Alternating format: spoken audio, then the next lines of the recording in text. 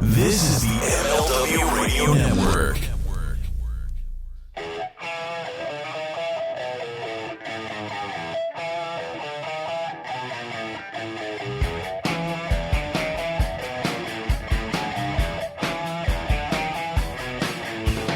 Welcome, everybody, to the Mind of the Meanie, your weekly peek into the world according to former WWE superstar and ECW original, The Blue Meanie. We'll cover wrestling, music, movies, sports, and lots of useless knowledge, all contained in the Mind of the Meanie.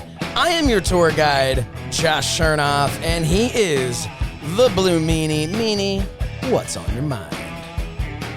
Who are you? Excuse me? Yeah, let me... allow me to reintroduce myself. It's me, Josh Chernoff, from outside of Philadelphia, Pennsylvania. I'll cue the theme to Welcome Back, Connor. Yeah. Welcome back. Welcome back, Chernoff. No, it is so good to be back. Thank you to Adam Bernard. You're a busy boy. Oh man, I'm busy. I am very busy.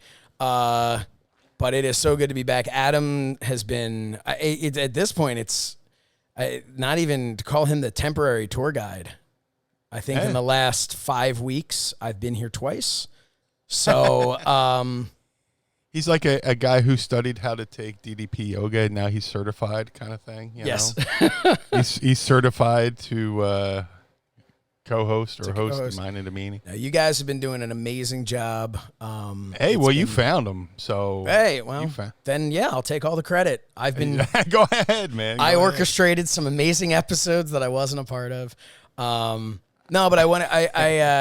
I do want to start off, not to start off on a downside or whatever, but right. I want to thank everybody. There were some very nice posts on social media, and in the I got private messages from some of the Pod Squad and also in the Patreon Facebook group sending condolences. So the reason I wasn't here last week is my grandfather passed away.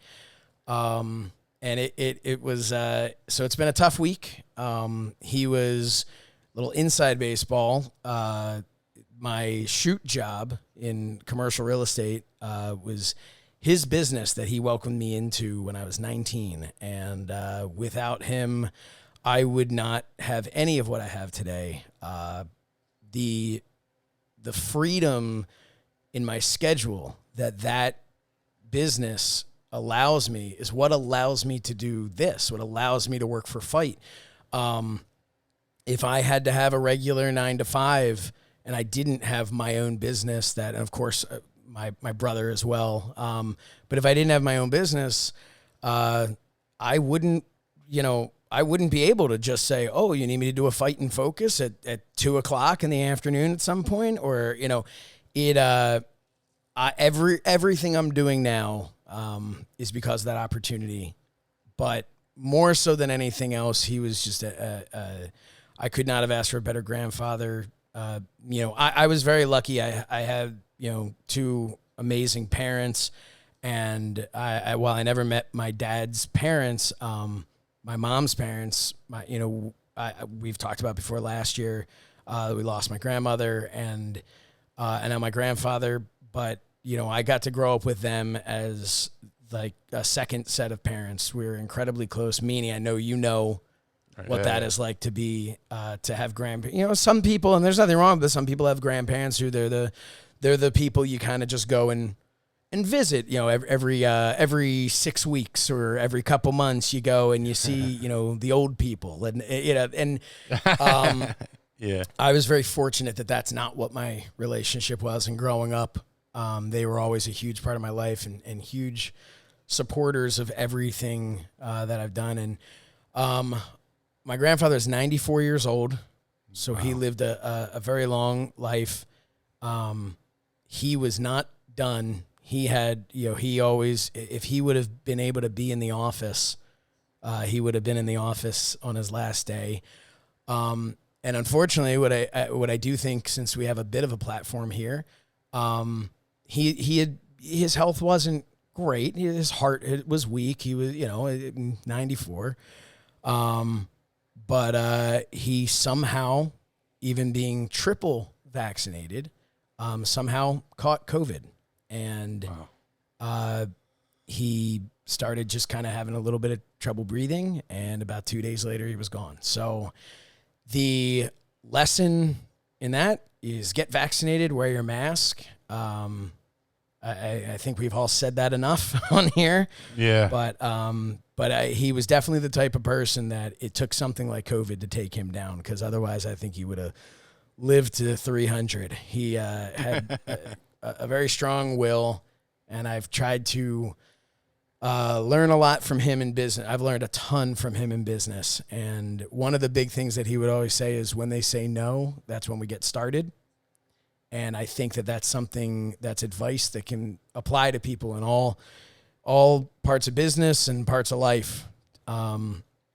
Unless we're talking about like a dating situation. If they say no, then no means no. So let's make that incredibly clear. But I just wanted to thank everybody and just explain that while I have been incredibly busy doing stuff for Fight, I was in Chicago, I was in St. Louis, and that's why I hadn't been here for some of it. There are 2 weeks that I missed. The first week I missed was after a year and a half, finally being able to go to Florida to visit my grandfather and introduce him to my youngest son, and outside of FaceTime, which, by the way, at 94 years old, that man FaceTimed every single day. He figured out how to do it. So thank God I was able to, my family went down, and that was the first week that I missed here on the show, was to be able to go and spend that time with him that make up for all the time that we lost because of COVID. And then last week, of course, wasn't here because we were down there for a funeral. But we will get into much happier things, because I know we both have a lot of fun stuff to really tell each other, because we haven't had much time to talk. But I just didn't want to start the show without paying some tribute to him, and also thanking all of you, the Pod Squad. I posted something because I kind of wanted you to know why I've been abandoning all of you. And I wanted to honor him, but the outpouring of support and love from all of you was incredible, and I appreciate it. My family appreciates it. So thank you. Yeah, man, I totally feel you, and my sincerest condolences, man. Thank you. Yeah. I appreciate that. And I appreciated you. Obviously, Meanie reached out outside of just right now on the show. Meanie. Yeah. But I appreciate it very much. And I was raised by my grandparents, and they were just as much my parents as my mom. I never knew my dad, but they raised me, and I guess they said there's a bond between grandchildren and grandparents because they have a common enemy. Yeah. So there's truth. But yeah, man. So let's talk a little bit about you're wearing a shirt, for the people who aren't watching this on Patreon, the "Who's Your Buddy" shirt. Man. Let's jump right into it, man. Unfortunately, because of what was going on, I had to, which was another reason why I wanted to get it out there, because I felt horrible about having to miss that. But Meanie, tell us about the experience at the Brothers Gather, at their store, and the signing, the meet and greet that you did. I know you had told me before, you didn't go into any detail because we didn't want to, leave it in the hall. But you told me that it was an amazing experience and that they were incredible people. Lay it on us, Meanie. How was it? It was interesting because we've been planning this trip for a while, and it was going to be a bunch of us going up, and then we're going to do the podcast from there, and then we're going to do the signing and all that stuff. And of course, in August I had some personal things going on, and I couldn't make that trip, so we decided on to we rescheduled for September 11th, and and then unfortunately, with your tragedy, it's going to become just a Meanie trip. So, I planned it out, and Mrs. Meanie came up. She was the co-pilot and stuff like that. She's afraid of me driving me by myself, and so I fall asleep at the bar. What am I going to do behind the wheel at night? So, no, we go up there.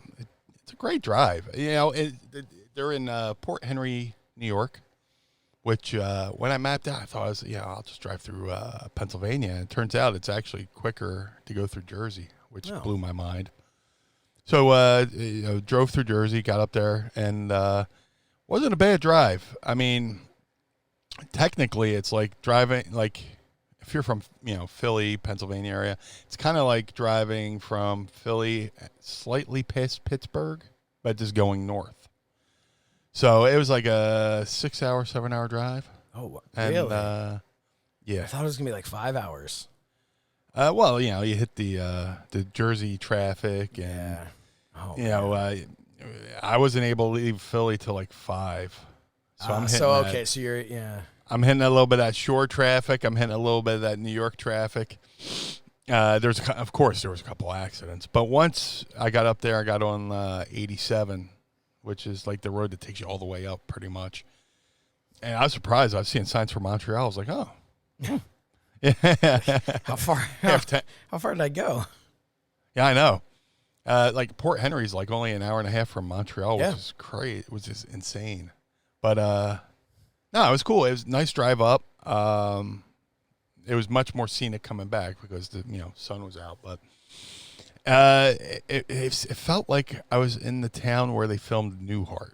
It's kind of like really? Okay. where he had the little bed and breakfast inn kind of gimmick. So I had talked to Alana Gatter. I believe she is Mike's wife. I don't want to get the wrong brother in there. I don't want to cause heat. But she was like, here's all the information. If you're checking in late, give him a call. Let him know for the late check-in. I call. This is the day before I call. Hey, late check-in. Okay, here's what you got to do. Fine. We drive there. We go through the town. I get started a little bit nervous because, like, I'm a man, right? I go, I got enough gas to make this whole trip, right? So I have no question that you had enough gas for that trip. So I'm like getting there. I'm dipping below like a quarter tank, and I'm just driving. I'm like, eyes on the road, dipping, looking at the gas fuel tank. I'm just like, I probably should have stopped at a rest stop, but because once you get off that highway, there's like nothing, and everything seems like it's shut down super early. So we get to the inn where they had booked this really nice place. I'll save the name of the inn just because of the story I'm about to tell. Okay. But we get there, we park. We did everything they said to do, for the late check-in. We go in, look at our room key. Okay, we're in room 9 at this place. We go upstairs, turn. Oh, lo and behold, there's room 9. Door's kind of halfway open. Go, maybe it's like an inn. They leave the door open so you can go. Never mind, I have a fucking key in my hand. But, we go in there, and I hear water running. Tracy hears water running, and we're like, So I'm thinking maybe this is one of those inns where, like, we're in one room, and there's another room, but we both share the same bathroom, because I've been in one of those deals where, you guys share the bathroom with another room. Horrible, but right. But I'm like, okay. And Tracy goes, man, it fucking stinks in here. I'm like, oh, yeah, kind of pungent, right? So, you try to do the thing where you heavy walk and, like, make noise, like, to let somebody know that, like, walk. I'm turning on the TV now. All this that shit, right? And I'm like, fuck, this is going for like 20 minutes. And then all of a sudden you hear, fuck. I'm like, excuse me? And this is at the point, like, I was like, I'm just going to sit here on the bed, stare at the bathroom door, eat the rest of my Wawa hoagie that I forgot I had in the car.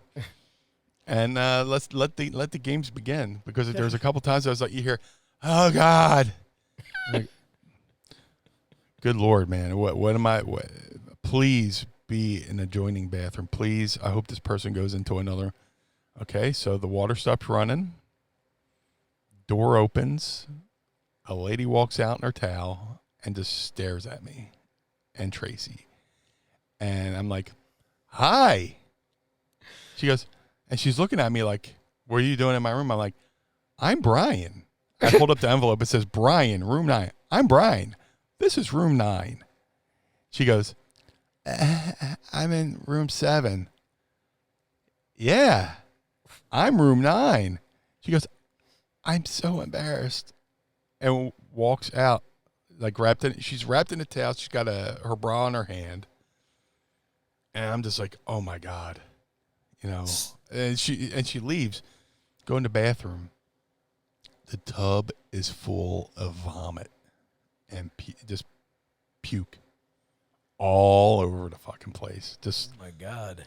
Like she had Chunky's beef stew that day. I was like, oh my God. Right.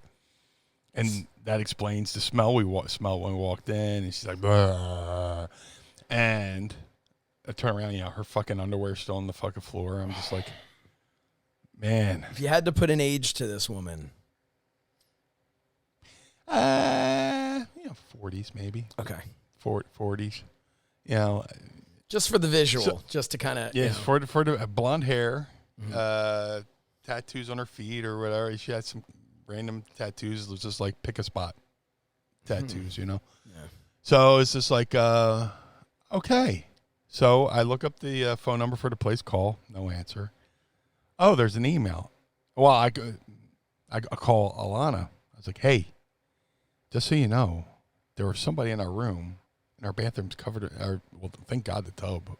Well, no, I mean the tub's right next to the fucking toilet. I mean, well, clearly this was a situation where she felt she needed to shower it off of herself. Yes, or something like that. But I was like, holy shit. So I call Alana. She's like, oh my God, I don't know what to do. And she starts like calling the hotel. No answer. She calls me back. She's like, I'll see if there's another place available because that place had been booked, booked solid. Yeah. I can tell why. And then we both had the foresight to fucking email the place. I send the email. Hi, I'm Brian, room 9. Some lady from room 7 came in, puked in my bathroom. She was in here before we even got here. And then that got to the guy, and the guy comes up, knocks on the door, goes, what happened? Like the owner of the place, right? I guess he lives there or whatever. Thank God. And he's like, oh, you could have just rung the bell. I was like, I didn't know that. And he comes in, he looks around, thank God they had another room open. Oh my like God. A free, like a available room. He's like, I know that. I know the woman in room 7. I checked her in. She's a wedding planner for a wedding that's going to be in town. Oh, so I was like, well, I guess she's just getting heated up. She's getting warmed up, just fucking pre-gaming. So she's pre-gaming. So we go, thank God there was another room. I call Alana from Brothers Gather. I was like, look, crisis averted. They got another room and all that shit. But I was like, holy shit. What room number did you go to? How far? We went from, not far. We went from room 9 to room 10, something like that. So, which was like, the weird thing about it was like out of sync. Like, well, it was like further away. It wasn't like the next room over, which is weird. But I didn't give a shit. Can we name this episode "The Lady from Room 7"? Yeah. Okay. Yeah. Good. Yeah. So, oh my God, and it's not it's not the fault of the inn. No. Beautiful place. Beautiful place. If I had a chance to stay there again, I would. All right. So I have. Well, I don't want to cut off your story. No, go ahead. I have questions, but I want to save my questions till the end. So, oh no, it was just, we got in, we, per tradition before we go to bed, we take a shower, wash the day off us, lay in bed, and we just kind of like, hey, remember when that lady puked in our room? That just became the whole theme of the week. Like, hey, remember when we walked in on a lady taking a shower in our room? And he's like, I don't know why the room was open. Or how it's like, I don't know, maybe she was, drunk stumbling and walked out of her room and walked I don't know. How do you mistake seven for 9? Right. So here's my few things. Number one, how did she end up in that? Like that's like the big, that's the big mystery. How did she end up in there? What was the scenario that led to her being in there? Yeah. The other, to me, why was the room unlocked? Like, is that, and you had mentioned before, maybe that's just they leave the room unlocked for whatever. But again, there's so many questions around that. Why was she sick? Was this a stomach bug situation? Was this a drinking too much situation? What? She appeared to be hammered. She also may have just been completely spent at that point. My next question is, how did this not turn into like a Family Guy situation? If I had walked in there, I would have just vomited all over her vomit, and then it would have been a horrible. Hey, Josh, you want some Epicac? Oh, dude, like once she opened the door, it was like that fucking fog of fucking the smell just hit, and I went in there. I was like, Tracy's like, shut the fucking door. I was like, I gotta take a fucking piss. Look, I've taken a piss at Vet Stadium. I could take a piss in here right now. All right. So pretty much probably look the same, smell the same for sure. So I go in there, take a leak, and I just wait for an idea, and then thank God the guy said I was just about to take my dogs for a walk. My couple dogs for a walk. Thank God I saw your email. Yeah. Like for like calls at night, he just lets it go to voicemail. But the email he checks regularly, so he ran right upstairs and so he walked in like he's walking into a crime scene. Like what happened? And it's like Anthony Camarada, Pod Squad member, says could have been worse. At least the smell wasn't crap. I gotta be honest with you, I disagree. I think this is worse. I think crap, you go, oh, it smells like shit. Oh, it's horrible. But you smell shit, it's not going to make you shit, right? You smell vomit, it'll make you throw up. Like, it's. I feel like these are, like, I'm nauseous just from hearing this story. It'd be great if you smell vomit and made you shit. And my one final thought on this is Slichter, I know you're on watching this. I don't even have a suggestion of what it looks like. I'm just thinking, lady, vomit, bed and breakfast, room 7. It's uploading right now. Yeah, do your magic. I'm surprised I don't already have a message from him. Oh my God! But I'm thinking this could have been far worse. You know. Thank God I had a woman with me. Yeah. Oh, yeah. Because then who knows who's accusing who of what at this point. So. Like, oh my God, this is like the worst thing. I'm sitting there like eating. She comes out, got a roast beef hoagie. I'm just like, hi, I'm Brian. This is room 9, and or that could be the name. Hi, I'm Brian. This is room 9.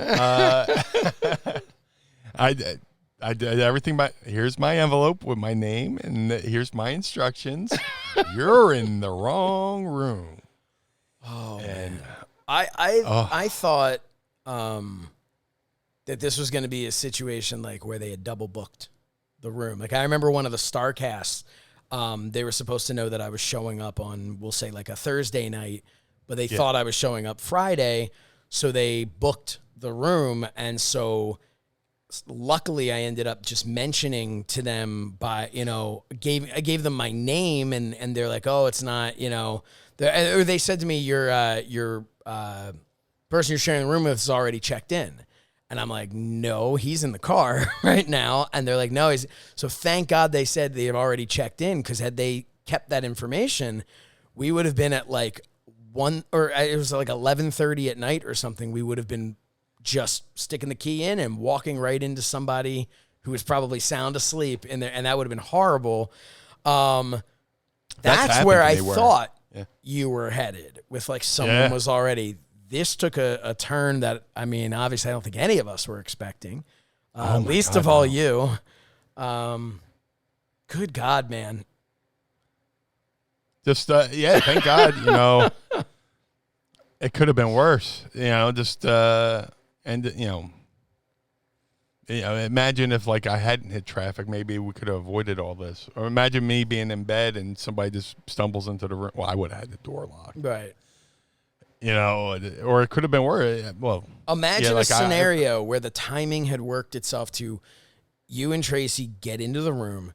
You put your bags down on the bed or whatever. You're just about to get situated. The door hasn't even closed behind you, and this woman comes running in. Yeah. Vomiting on herself, running into your bathroom. Like that, there could have been a worse situation. A worse situation would have been a lack of maybe you were a little stuffy from sinuses, so you didn't smell it. So you go right in, you say, all right, man, do I have to take a shit. I'm running right into that bathroom, and you barge in, and she's vomiting in the tub. And then it's at that point, though, what do? I didn't even probably bother to take check a shit, right? Yeah. I mean, there's no stopping. I mean, once you pop, you can't stop. Yeah. That's the law of Pringles. Or say, say there, she was taking a bath. Mm-hmm. I walk in, not knowing. I just open the door and, hello, Yeah. But how do you just like stumble out of your room into another room? How was she know that the room was unlocked, or was the door open? Or was she is like, I don't want to ruin my room. Let me go ruin this perfectly good room over here. Yeah.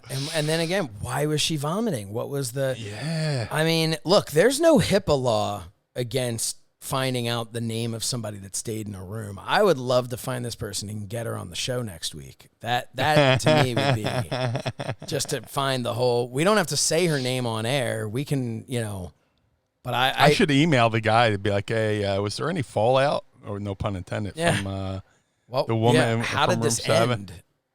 Yeah. Well, I mean, but imagine being that person, and for the rest of your life, you have this memory of being in somebody else's room. You're walking out and seeing a total stranger and realizing you were in the wrong room. Now, and Tracy was like, man, I wish I would have just walked up to the door, did the cop knock, boom, boom, boom. Yeah. Just to...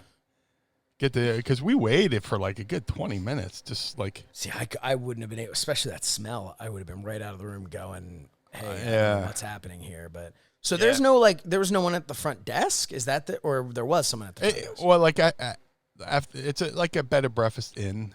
It's not like a typical hotel. Right. They things shut down after a certain time. That's why if you got a late check in, they make arrangements for you to get in. Like. If you're arriving after 8, so we arrived at 11:30. So by the time we left. So this is a late night situation. This is it was creepy. 11:30, 12 o'clock, in a town that could have been out of any like small town movie. It felt like it was a quaint little town. Like the next morning we woke up and we look out and there's like. You can see Vermont across the Lake Champlain. It's like, oh man, it's a beautiful place, but yeah, that could have been a crime. A beautiful place, but also a place where people just quietly disappear and are never heard from again. Yeah, the monster in the lake, And we find out what the meanie dolls are stuffed with. It's just genuine ground up blue meanie. Yeah, man. Man, or vomit. I don't know. Yeah. But go now and buy them at brotherscatter.com. The next morning we woke up and, still joking about it and check out. We make our way over to, this is like where we're staying was outside of Port Henry. Okay. So we drove over to Port Henry and, met up at the Brothers Gather studio where, Matt, Mike, and Justin and Alana greeted us, and I have to say, what an awesome spot they have there in Port Henry. It's a retail store, but it's also an art studio. So, and they have a lot of like creative art on the wall. They have the wrestling buddies. They, have a thing with the show where you can get, do custom buddies as a gift, all this stuff. But the brothers and Alana could not have been cooler. They had such a great drawing of you out front too. As I'm walking in, I believe it was Mike was painting that. He had the paint brush in his hand, and he was just finishing painting it. Unbelievable. I was like, how cool is this? Like, I'm a big fan of the arts. Mm-hmm. I love creative people. You know, if you can just look at something and make something out of nothing, that's awesome. I'm a big fan of that. That's why I love Bob Ross. I love all this, you know, this old house. You know, if you're creating something, I love to watch. So I walk in and they're painting, and it just smells like an art studio, which is awesome. It smells better than the room, put it that way. And Alana comes up. She's like, I think I want to give you a hug for what happened last night. She gave me a big hug, and you know, they apologized, and we just hit it right off the bat. Awesome. You know, and I got the tour. You know, they showed me some, you know, a bunch of the buddies they made, some of the buddies they made for themselves, so to speak, that they probably can't sell, but and they have like a really cool display. You know, there's like the store, and then there's like a second level like display area where it's like you know, bunch of stuffed animals, and I can't think of the word. You know, like a scene from something. You know, it's stuff like diorama or whatever it's called. And such a cool place. You know, and I got there fairly early. They're like, you know, because originally we were going to do the podcast. We were thinking from like 8:30 to whenever to do the podcast, do lunch, and then do the signing. But they're like, hey, if you're not doing the podcast, come in, you know, around 11. We'll do lunch. I said, you had me at lunch. Yep. So the cool thing is we got there, and you know, we hung out. We just stood around for a couple hours just talking. And then they got these things called, it was called a Michigan lunch or whatever. It's like these hot dogs with a special sauce that the Gadders brothers' mothers made. So that's a tongue twister. The Gadders brothers' mothers had made. Gadders brothers' which was mothers. Like, yeah, which was really nice. They have like a little picnic area right next to like a little park, small park, like a plot of land or whatever. There are a couple benches. They have a arm wrestling table. Just a random arm wrestling why not, table. right? Yeah, they're brothers, right? Yep. I challenge you. And then we had the lunch. It was really nice, you know, and you know, some sodas, some coffees, you know. So they really, really took care of me. Really good people. And you know, if you're an aspiring wrestler and you need some custom buddies, man, they're looking for wrestlers to license, you know. Really? And you know, yeah, they're looking for some guys. You know, they did one for me. They did one for Raven. They had Dreamer, Bruiser too, Brody. right? Dreamer, Bruiser Brody. I took one with the British Bulldog, and I posted on Instagram and tagged Georgia, and she runs the British Bulldog, Dave Boy Smith Instagram, all the accounts. So I got a like from that, which is cool. And there was a couple other really cool things to happen, but it's up there. It's a little bit of a hike, but once you go there, you kind of don't want to leave. You know, it's like it sounds really like a beautiful place, vomit aside. Yeah, oh yeah, yeah, and puke aside. And I feel so bad. There was a guy there, wrestling guy.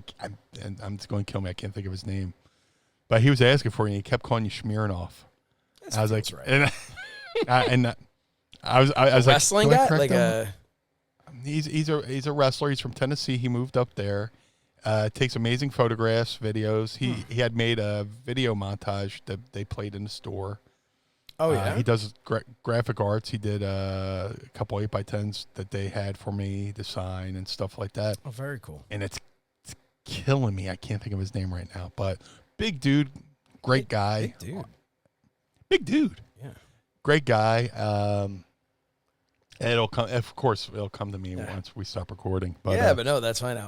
I did and I'm sure everybody that showed up were just tears disappointed that I wasn't there. But hopefully, I think they were I think they were disappointed I showed up. Yeah, right.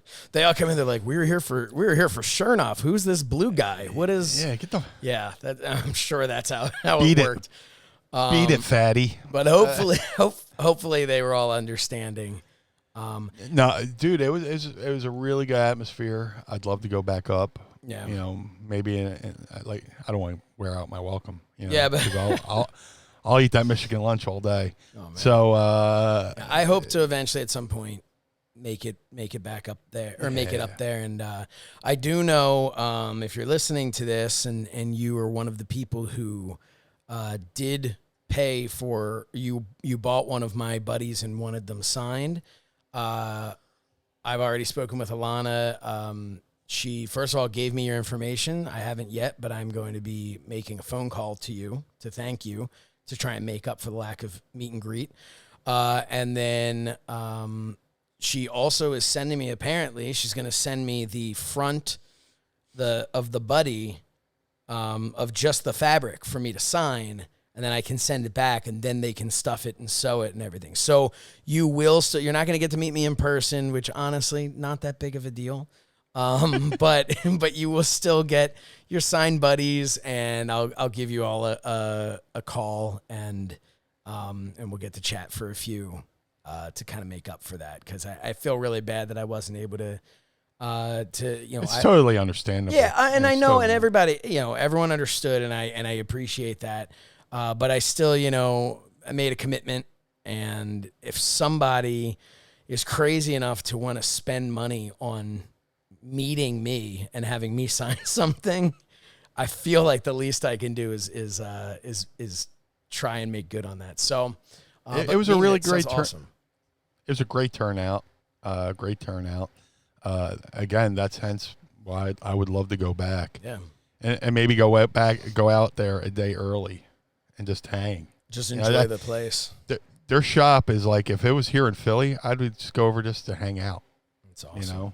But I'd love to go back up there, hang out, do stuff. They said they would maybe do like an autograph show or something like that. Well, hopefully I'm not saying anything out of school, but it's definitely a really nice place worth going back to. So and the way they treated us, we felt they treated us good as gold, and great people around. So go to brothersgather.com, get the Mina Domini wrestling buddies, but also support artists. Yeah, support some artists. Oh, absolutely. I'm glad that worked out. I'm glad that it was a really positive experience. One part of it aside, I guess. But hey, you got a great story out of it. We covered we covered 40 minutes of a podcast, because that's I didn't even want to let you. I didn't even want to smarten you up. I appreciate it. I appreciate it, because this was perfect. This is why you have a podcast. So when things like that happen, you're able to do something with it. You're able to, Yeah. That's what an amazing story, and it's something you're going to be talking about forever. Oh my God! Because that doesn't happen all the time. No. Man, how cool! Well, at the Travel Lodge, maybe. Yeah, that was the 90s, Yeah. Oh man. So what else is going on, man? What else? How was your weekend? I mean, you were with the top guys weekends. Yeah. Well, let's talk. Yeah, if I may, let's talk about that for a minute. So please. Chicago was a blast. It was an awesome time to get together. I thought you were gonna hit that. Oh, jeez. That's not the Delayed. one I thought. I thought that was going to be the Kmart fart, but that's what I thought you were going for too. But all right, hey, what are my test runs? Those are a blast. I got to trim that one up. It's a little delay. Yeah. Oh man, yeah. I saw you reach for a button, and I'm like, it's going to be the Kmart one. Nope. That was great. All right. So anyway, no, we had an awesome time. Thank you to Conrad and company. Great people for having around. me there. Yeah, so much fun. It shouldn't. I mean, to sit there with Conrad and Dave Silva, Casio Kid, the rest of that crew there, the fact that I wasn't just in tears of laughter the entire time is fascinating. Yeah, it was so much fun. They're just such a great group. And the Top Guy weekend that they put on, I mean, you don't, a part of my job was to get testimonials for people. Easiest job I've ever had, because people were falling all over themselves to talk about how great it was. And that's such a good, shout out to Evan for really running a lot of it. Evan over at Ad Free Shows.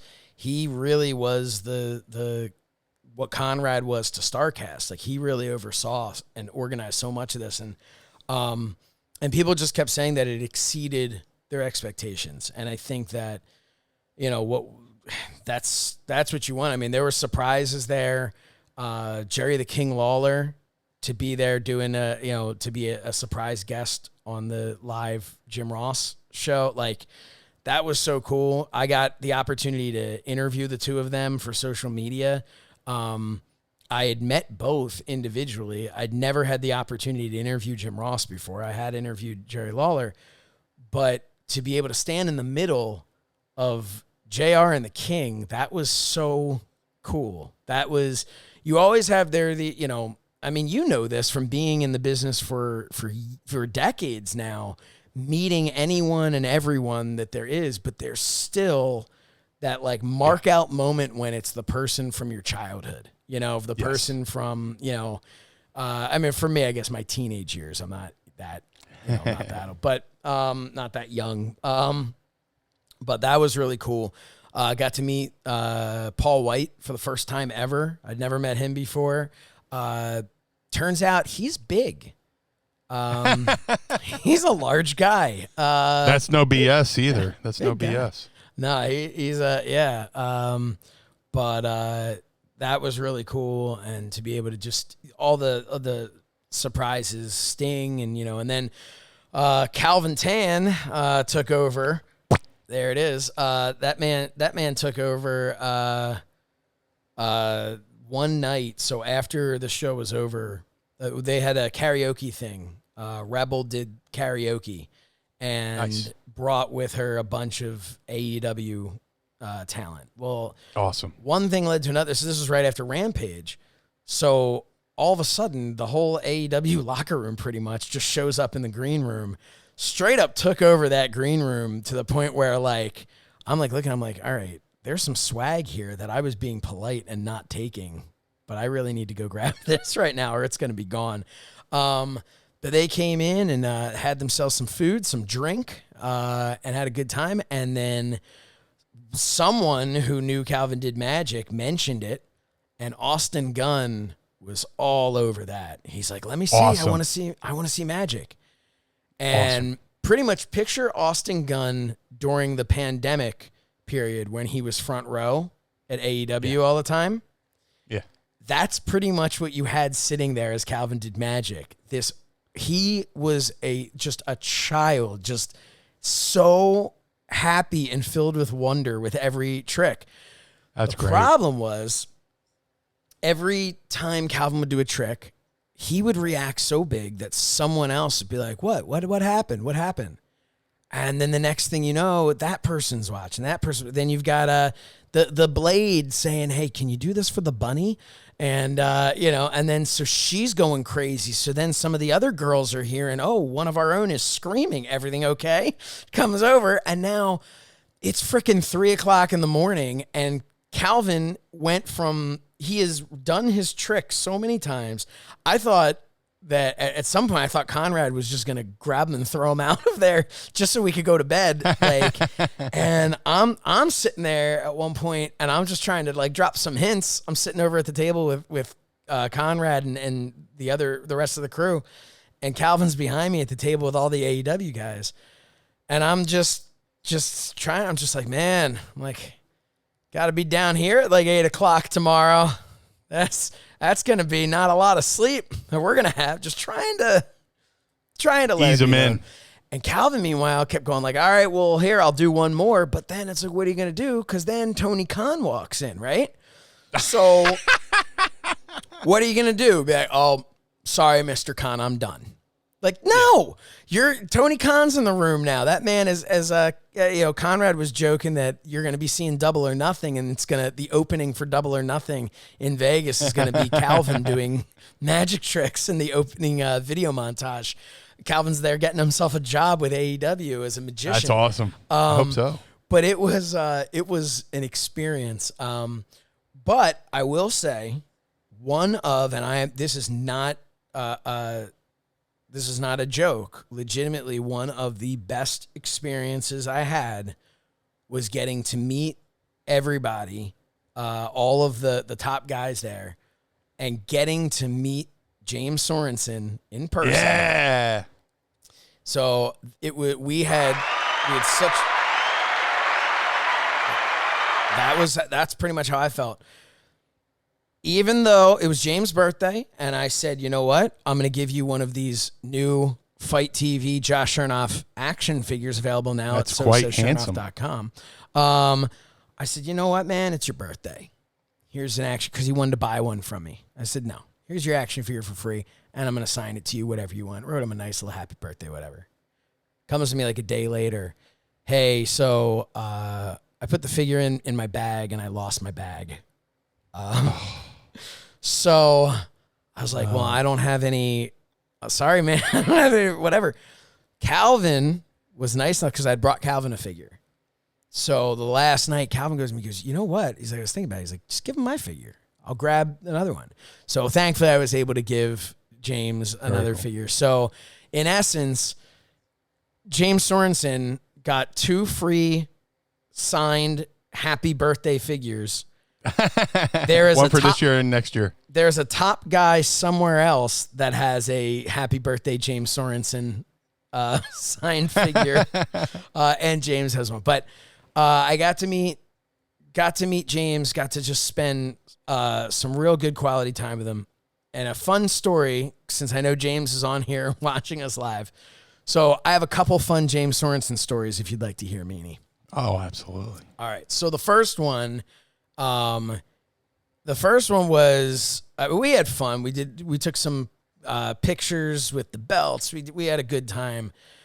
But he comes up to me with a box of peach ugly. He asked me like which flavor I like the best. I said I like peach, and then he comes back with a legit, the box of like however many, like 10 of them in there or whatever it is, 8, something like that. And hands it to me. I'm like, oh, man, that's awesome. Thank you. That's really cool. And he's like, and then all of a sudden he takes out one for himself. He has one. He's like, oh, he's like, you want to, let's drink to this occasion. I'm like, absolutely, man. So I go to open up the container, but no, James Sorensen has now presented, he's produced an additional can.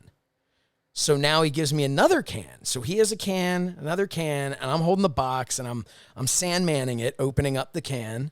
Yeah. And we're drinking. We're good to go. We have a nice little bit of that. Calvin Tan walks over, and I'm like, oh, Calvin's like, oh man, I've always wanted to. I haven't tried ugly yet. I've been wanting to try it just from hearing on the show. So I go to open up the thing. All of a sudden, James Sorensen produces another can from where I don't know. He's the magic man. Yes, another can. This one is ice cold, which creates there are so many questions here. If one of them was cold, why were the 2 that he and I shared together not cold? Right. Where was this cold one? And like, where on your person were you able to store something that remained ice cold? And what made you think to yourself, I've got to make sure I got a cold one on deck in case someone else shows up? So that was great, to the point where, because I didn't want anything to go to waste. I wasn't in the room, I was working the whole weekend. I wasn't in the room very much, but I did have the box in my hotel room in the fridge there. So to the point where when I got to the airport in Chicago to leave, I still had 2 more. And Calvin was like, no, I'm good. I just drank a whole thing of coffee. I'm all that, about to get on the plane. I opened both of them and just double fisted peach ugly, which was definitely, talk about a seltzer kiss, man. That was quite the plane ride. But do the Arn Anderson burp and blow on the plane. Oh, absolutely. That's yep. The what? What did you say? And then just right in their face. But the big, so that was one fun thing. But the big James Sorensen story here. So we were working AEW, and so Calvin and I were down for a fight doing, on the floor and around the arena doing the social media stuff. And so I spotted James Sorensen. He had told me where he was going to be, but I spotted him with his giant ad-free show sign. So I made sure to make it up there to the stands to get James on the social media post. So if you go to @SoSaysShernoff and scroll through, you will see one of the videos of me and James. I want to say it was like right as the buy-in was starting, the pre-show was starting. So I wanted to kind of give that as a thank you to James for how supportive he's been to us, in Mind of the Meanie, and to me. Get him a little camera time. So I saw James, and later on, near the end of the show, we crossed paths as he's leaving. I'm like, hey, man, maybe I'll see you back at the hotel, maybe not, but, great to see you, everything. Because I had to head backstage to the after. They had like a press thing, which didn't really apply to me because that's not really what I was there to do, was to get like interviews. So instead, I decided to be a big shot, and I hung out in the hallway and just hung out with the people before they were going in for their interviews, and just saying hello to some friends, meeting some new people like Ruby Soho. I'd never met before. Nicest person you'd ever want to meet. Adam Cole. Awesome. Adam Cole, baby. Had never met him before. Awesome guy. And then saw some people that I had known, that I hadn't seen in a year and a half, so it was really cool. But then we're like, all right, let's rock and roll out of here. Call our Uber, because we'd been Ubering back and forth. And Uber had not let us down. We even went, because I did the Fight and Focus live pre-show for GCW, for their show. So I went from ad-free shows in Schaumburg, Illinois, to wherever GCW was, to we did the Fight and Focus. Then I had to go back, interview Big Show and Sting for ad-free shows, then go back to do the post-show stuff with Matt Cardona for GCW. Yeah. So Uber was our friend this entire time. Turns out, though, when you're at an arena and there's 10,000 people or whatever, Uber gets busy. So we could not get an Uber driver. We tried other apps, other things. I even called a limo service. That's how desperate we were. And then I finally said, well, I don't know what the hell to do, man. We're just stranded here. Like, it's late at night. Nobody's doing whatever. So I slid on into the DMs of one James Sorensen and said, don't feel obligated. You don't have to. However, we're stranded here. If you happen to be up, because James drove there. He had his own car. That's great. So James Sorensen, knight in shining armor, that man drove back the 15 minutes back, apparently with another top guy with him who had lost his wallet. So James grabs that guy from the hotel. James I don't think he's even at the hotel when I message him. He's meanwhile out searching for this guy's wallet, which he found. Jeez. Found the guy's wallet, then came by, picked us up, drove us back to the hotel, where we enjoyed another ugly together, and ice cold. And then like the gentleman that he is, he walked us to our room. But he threw up in your bathtub. Threw up all over our bathtub. Horrible. It was disgusting. We said, James, this is not room 7. But my highlight of the weekend, I will say, my highlight of the weekend was before we went back in, when James, when we got out of the car, and James had me sign his BWO shirt that had been signed by Kurt Angle, because apparently if you want to really, really, really drop the value of a signed BWO shirt signed by Kurt Angle, add my signature to it. He had me sign, and then James asked me to sign the Pod Squad jacket and everything. So we're doing some of that in the parking lot. We then spent about 45 minutes, me, James, and Calvin, just hanging in the parking lot of the hotel, just talking. Not about wrestling, just talking about life. Learned a lot about James. And I have to say to everybody, you know, we've always, we've talked. James is our Sorensen level. He is so supportive. You know, I mentioned to Eric Bischoff the night before we were all hanging out at the bar when everybody got there. Yeah. And I said to Eric, I said, you know, I'm actually going to meet one of our top supporter for the Mind of the Meanie podcast, James Sorensen. I know you guys have hung out and everything like that. And Bischoff said to me, he said, give him your time. He is such a good guy. You will be glad that you took the time. That's awesome. I gave him the time, and James, I want to thank you because the highlight of my time there was getting to know you, getting to hear your story, just getting to just spend some time and just hang out like friends. Thank you for saving us, at the Now Arena. And you're a good dude. And thank you. That was absolutely the highlight of my time, was getting to hang out with James. So wanted to throw it in there. During that course of that weekend, I got a video in my DMs from James Sorensen from David Crockett saying, how come you're not in Chicago? He's like, hey, man, why ain't you here? Why ain't you in Chicago? And David Crockett goes to Sorensen, where's he from? He goes, Philadelphia. He goes, it's a straight shot. So I got that in my inbox. I was like, dude, that's so cool. It was so cool to be thought of that he has David Crockett, of all people, legendary David Crockett. Yes. Send me a video. Who, if you ever have an opportunity to spend any time with David Crockett, there is a video of him, a video on social media for ad-free shows where I assume they posted it. Maybe they didn't, but I've got the screenshot of it, of that man. There's no other way to describe it other than feeding me a wooden dildo statue while I was trying to conduct an interview with him. So, not the experience that I expected with David Crockett. And for you Patreon members, I'm going to bring up there's a woodpecker joke in there somewhere. What's that? There's a woodpecker joke in there somewhere.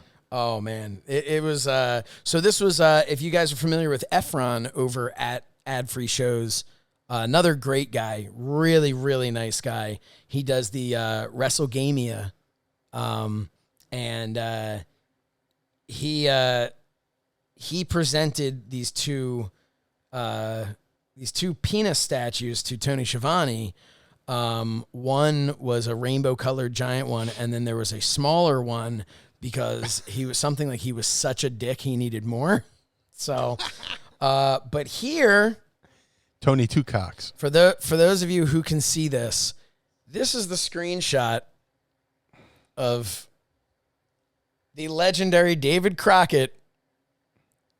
There's not enough time. We got to go, Droney. We got to go. There it is. He's got a mule in his hand and a gimmick in the other one. So that is me trying to do my job. When someone said, could you grab an interview with David Crockett? Absolutely not how I expected it to end, but it was great. But also with James, I think it's an important thing to mention too. I show up there, it's ad-free shows. That man could have been wearing, and because we know he's got ad-free shows attire. Yeah. We show up, that guy is wearing a Sorensen Blue Level t-shirt and a Pod Squad jacket at ad-free shows. That man was representing Mind of the Meanie, and we appreciate that. James, he asked if he can have a job as my chauffeur. Sure. Yeah, man, anytime. Yeah, it was awesome. It was really cool. So that was we've had quite an eventful time. Yeah, there's been some. It's been an eclectic couple of weeks here. But I do want to say again, a thanks to Adam Bernard, who the reason we are not doing a triple threat here today. One, I wanted you all to myself, Meanie. But two, Adam is he and his family are moving back to the Philadelphia area. which is cool. And and he even said, he's like, if something comes up and you need me to jump in, I was like, dude, just move. Trust me, that's tough. It's a tough situation. Just move your home, focus on that, and then we'll see you next week. Let's see how much you really want it. Yeah. But yeah, you guys have been doing an awesome job, and I appreciate that. And as I'm getting busier and busier, the beauty of this is, and I'm so glad that that everybody enjoys him and enjoys the rapport that you guys have, and most of all that you enjoy him, because it creates a scenario where no matter how busy I am, I don't see a scenario where I ever have to be like, Meanie, I got to leave the show.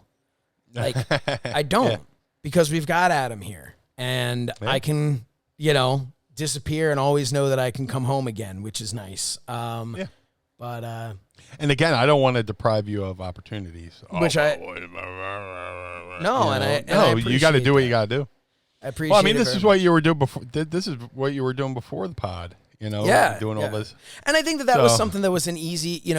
We talked about this before. I know off air and even on air a little bit. Like, we started this podcast during a pandemic, during a lockdown. We didn't intend to do it during a lockdown. We always expected that this was going to be something we would do. I don't think either of us ever expected it was going to grow to this community the way that it did.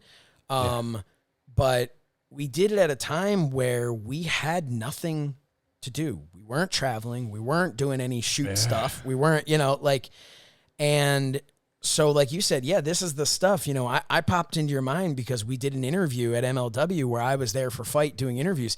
So that was my job before.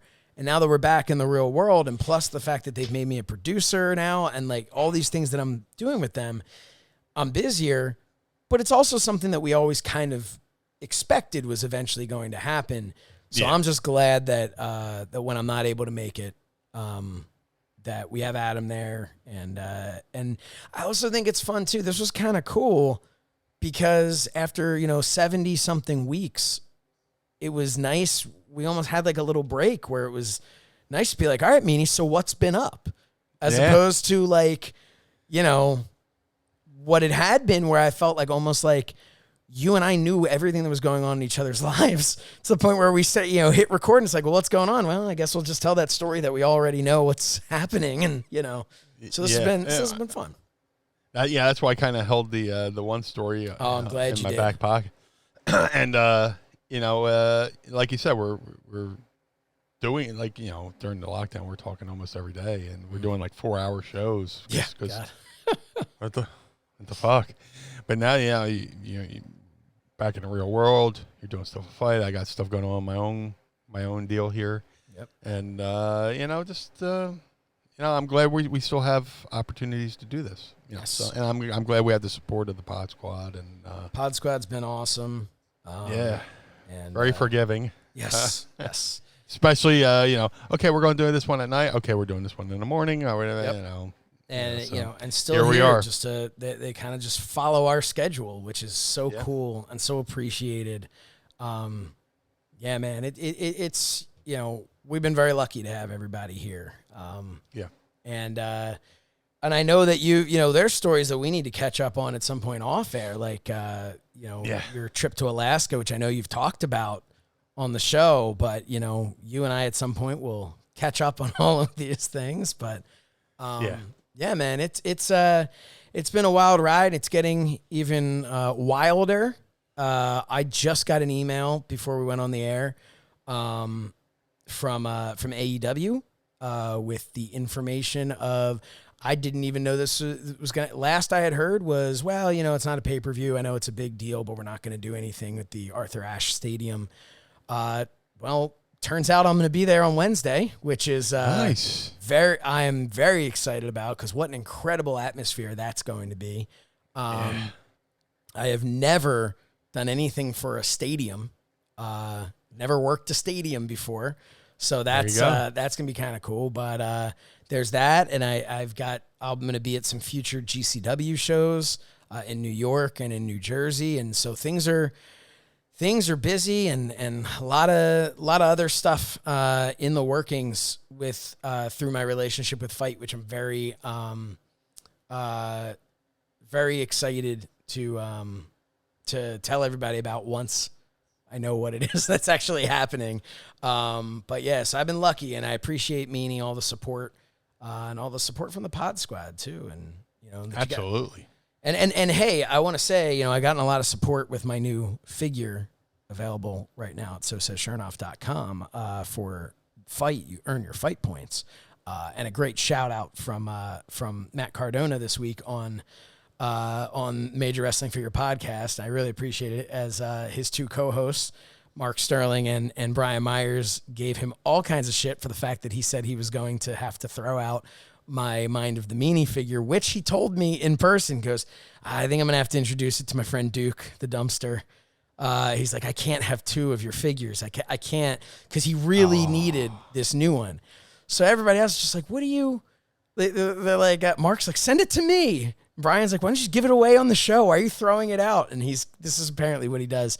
But he is but he hasn't pulled the trigger yet. So I am proud to say that man has two Josh Chernoff action figures, which is fantastic. Hold on, I'm getting as we say, if I can find this. Oh, where is it? Oh man, I can't find. There we go. Breaking news. Breaking news. Andy Slichter has sent. Jesus. There it is. He has sent this is for our Patreon members to see. Can you see it? There it is. Tremendous. Amazing. And he works quickly. Yes, he does. And with that, I think we should get. Oh, hey, Shackleford's going to be at Arthur Ashe Stadium. Nice. Find me. Come say hello. I won't recognize you because you'll have a body. And that was a weird thing this weekend too, man. I don't know if you met anybody that you've interacted with, like only online when you were doing like the signing and stuff, or any of the signings you've been doing. But that is weird, man. There are a lot of people I met from who used to be on the That Was Extreme chats and the Zoom calls. And it was just like, I'm like looking at them. I'm like, you kind of look familiar, but I'm not used to you being like real and attached to a body. That happens to me all the time. It's so weird, but seeing people out of their element. Yes. I do want to say before we get started here, I think it's a good thing for us to jump into a little Ask Meanie. But before we do that, we have to talk about our sponsors. And I was a little jealous that I didn't get to read this the first time, but I purposely did not read it or listen to the part where Adam read this because I want to talk all about autumn. Because autumn is in the air, the pumpkins are in the patch, and our friends at Manscaped are here to make sure you don't carve your pants pumpkins when you're grooming. If you know what I'm saying, make sure you're keeping things fresh this fall with the leaders in male grooming and their brand new 4th generation performance package. Boys, get ready for a cuffing season like no other. Ready to take the leap into fall with Manscaped? Join the 2 million men worldwide using Manscaped by going to manscaped.com for 20% off plus free shipping with the code MEANIE20. It's time to bundle up with the Manscaped Performance Package 4.0. Inside this package, you'll find the Lawnmower 4.0 trimmer, the Weed Whacker ear and nose hair trimmer, Crop Preserver, Ball Deodorant, Crop Reviver toner, Performance Boxer Briefs, and travel bag to hold your goodies. First off, the new Performance Package 4.0 includes the new Lawnmower 4.0. If you're looking to cozy up this fall, this trimmer is essential. The 4th generation trimmer features a cutting-edge ceramic blade to reduce grooming accidents thanks to their advanced skin-safe technology.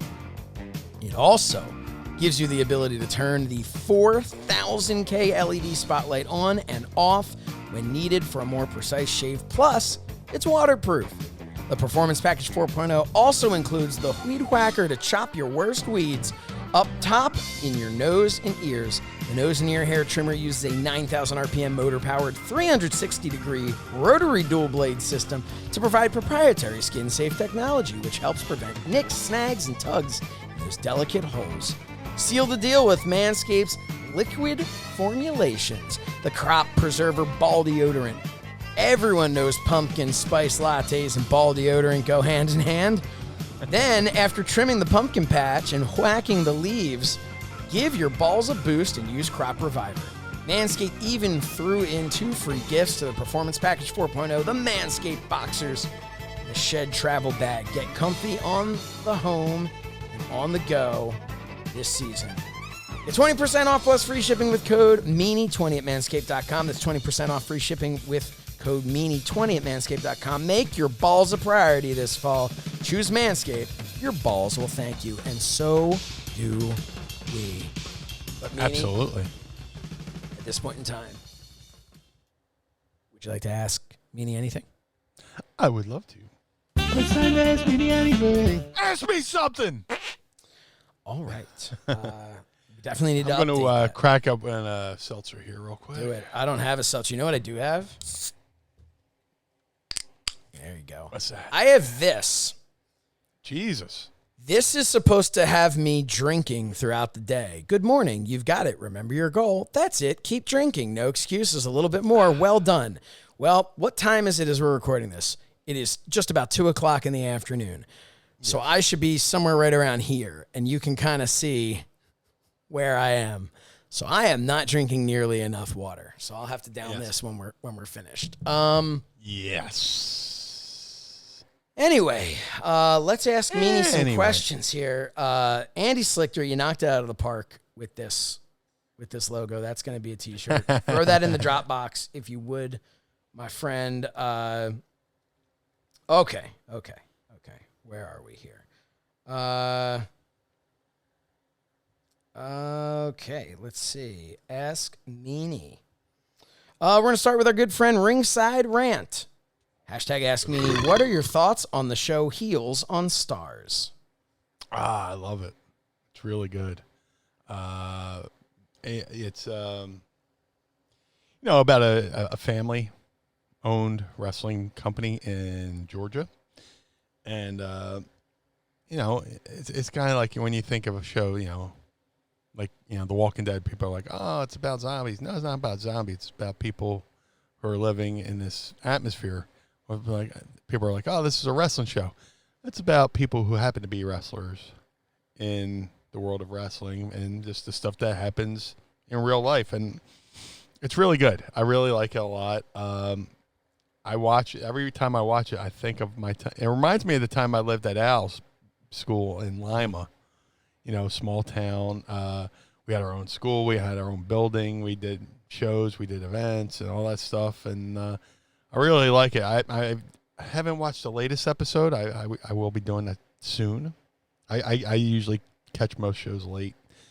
So, but great shout out to the folks who write and produce Heels. Shout out to my boy Luke Hawks, who is the trainer and coordinator. Very cool. On Heels. He's doing an amazing job. And I think his son PJ is the referee on the show. And, cool. I just did the trip with them on Alaska, and they're giving me some stories from the show, behind the scenes as well. So that was pretty cool. But yeah, man, Heels is great. If you get a chance to check it out, I have not seen it, but I really want to, and it's not going to be tough to twist my wife's arm to do it because she was a huge Arrow fan. Yeah. So I think that's in the. It's in the old queue. We actually just got caught up on The Blacklist. I was like 2 seasons behind on it and just randomly was like, let's start watching it. And, man, do you ever watch The Blacklist? I want to, but I haven't. It's so good. My brother started binge watching it as well, and he's like, I think they just finished season 8. My brother's at like season 4. I'm like, oh, dude, things get crazy, but I will say James Spader's character on there is just he's phenomenal. He's really, really enjoyable. I have a couple questions here.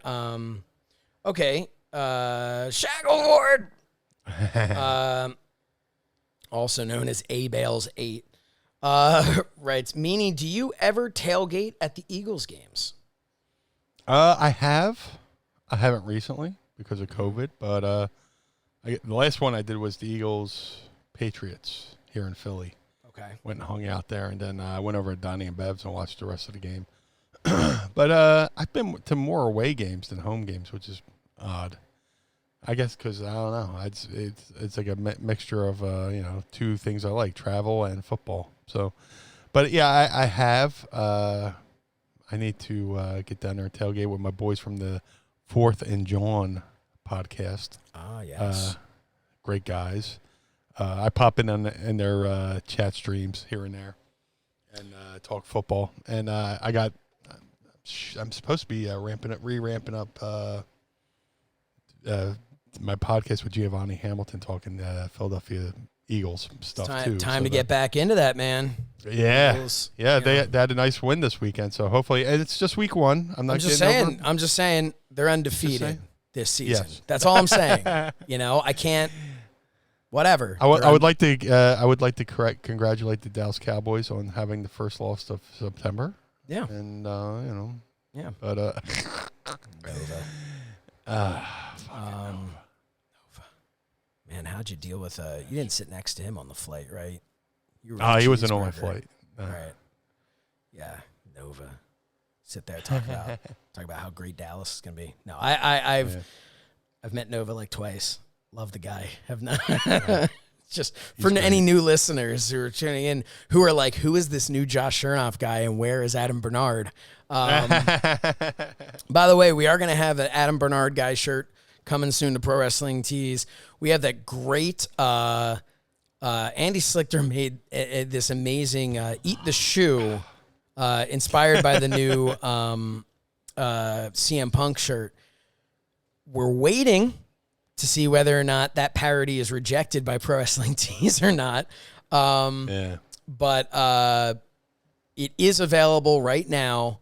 If you join at whatever tier you join, if you become a Patreon member, patreon.com/mindofthemeanie, you will be able to go get that nice black ringer white t-shirt. It looks amazing. Slichter did an incredible job. And yeah, just want to touch base on that for a second. I know I haven't been here and it's been a little while, but Adam Bernard, my friend, a deal is a deal. You will be eating a shoe. We are working on I feel like CM Punk and I are not going to be hanging out too much on Wednesday, but if I do see him, I will be sure to let him know what's going on. Yes. Because I think it would be a really cool thing to kind of do something for charity, what he's talking about. How he's going to eat a shoe, I haven't really figured out, but that's not for us to figure out, Meanie. Not my fucking concern. Yeah. Oh, when we were on the show before, me and when it was the three of us, I made a comment about how I had less Twitter followers than Adam. I am proud to say that's not true, and I apparently have a good amount more. However, I would still like to reach the milestone and before Adam does. So okay. let's get to work on that. Yes.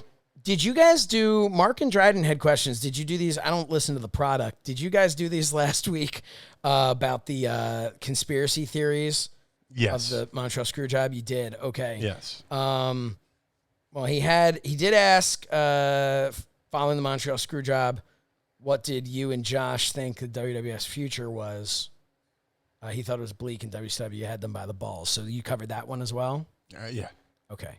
So let's see. Oh, well, what I will say is I actually did not think it was bleak at all. I thought it was starting to fire on all cylinders before the Screwjob, and then after the Screwjob, I thought WCW was going to be huge with Bret Hart going over there, and I expected a continuation of him feuding with like Hall and Nash and like continue and then doing something really smart.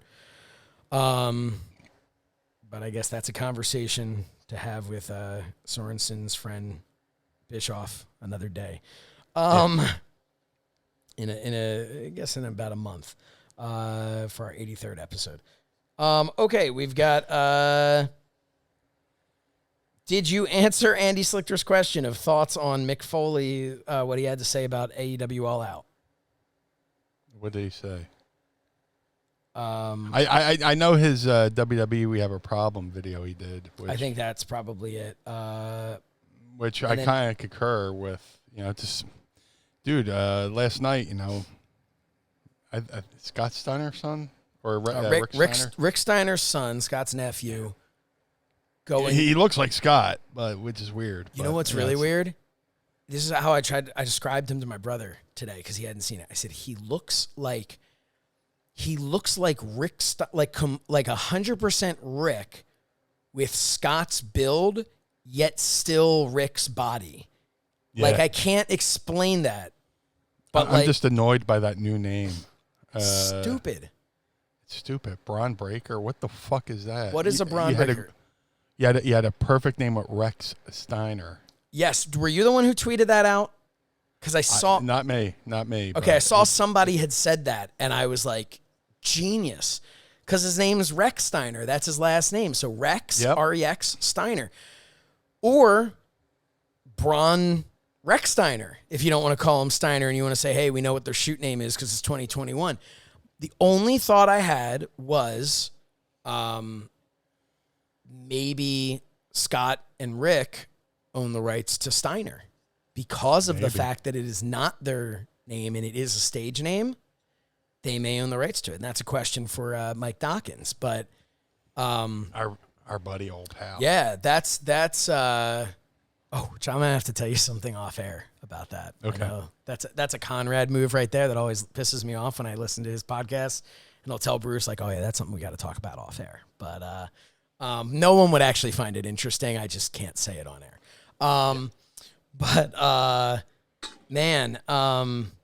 Yeah, I thought that was stupid. I'm going to shift on his question, a question coming from me. What did you think of NXT 2.0? I haven't seen the full thing, but I really like the new set. It's got like a fun, like not the Thunderdome, but like it felt like a music video. Entering into, I got what you mean. Like Mel Gibson's Thunderdome, So I love the set. I thought the way they set up that room was awesome. I thought it was so cool. Yeah. I am not feeling this paint splatter thing at all. It seems like it doesn't make any. It doesn't like. I'm like, what is this? Why is this? The new logo looks like a hoodie I would buy on the Ocean City, New Jersey boardwalk. Just like. Put little seashells on it. Yep. Put some seagulls flying over, and like NXT logo with a bird shit landing on it, and just it looks like something you would buy down the shore on the boardwalk. Yeah, the color thing. I know everyone's like, oh, they were trying to copy Dynamite. No, they didn't look at Dynamite and go, you know what their success is? They have exploding colors. No, that's not it. Clearly, they thought, I'm sure there was some market study of like what's like a popular thing now for commercials or shows or whatever it is. Yeah. It doesn't make sense. It looks weird. It looks like if this had been a specific pay-per-view and that was the theme for the pay-per-view, I would have gone, oh, wow, that's pretty cool. They made the posts have all the paint color, the ring. I would have been like, that's kind of neat. That looks cool for one time. But the fact that they got rid of the NXT turnbuckle pads and it's just WWE, the fact that they're white ropes instead of the yellow or gold or whatever, why couldn't they have just stayed with the gold and black? And I mean, you could have brightened it up. You could have done, it's just, I think it looks terrible, and I don't think it's going to last this look. The fans need to speak up. Yeah. Yeah. I say I'm predicting right now within a year's time that paint aspect is going to be gone. Yeah, it's horrible. Really, really bad. And I'm a loyalist, so I mean, what's that? I'm saying that I'm unapologetically a WWE loyalist, because it's all it's what I grew up on. But that's horrible. Yeah. Ugh. I mean, I also want to point out the fact that when our show was airing on Fight, I mean, that kind of was the way our show opened, with just the blue paint splatter and everything. So, whatever. Not saying that they copied us exactly, but they copied us exactly. Yes. All right, what else do we have? Anthony Camarada is saying very 90s feel. Yeah, but in the part of the color. Yeah. Let me see. What is this? James Sorensen. Oh, wow. Man got up to RJ to the airport at 5:30 in the morning after coming and picking us up. Man, good on you, James. Okay. Andy Slichter. First question here he has is, how late will you be sleeping in until the meet and greet Saturday for that long trip to the arena? The 10-minute walk from my house. If you're listening to this and not a Patreon member, this happened 2 days ago. Yes.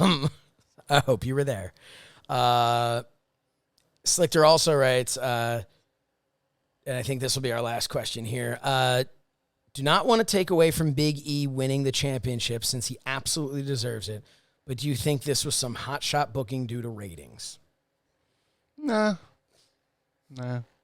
It's just like, that's what the Money in the Bank briefcase is. And normally it's been a surprise when it happens, but he did the call in the shot before he hit the home run deal. He said, here's a spoiler, I'm cashing in tonight. That's rarely been done.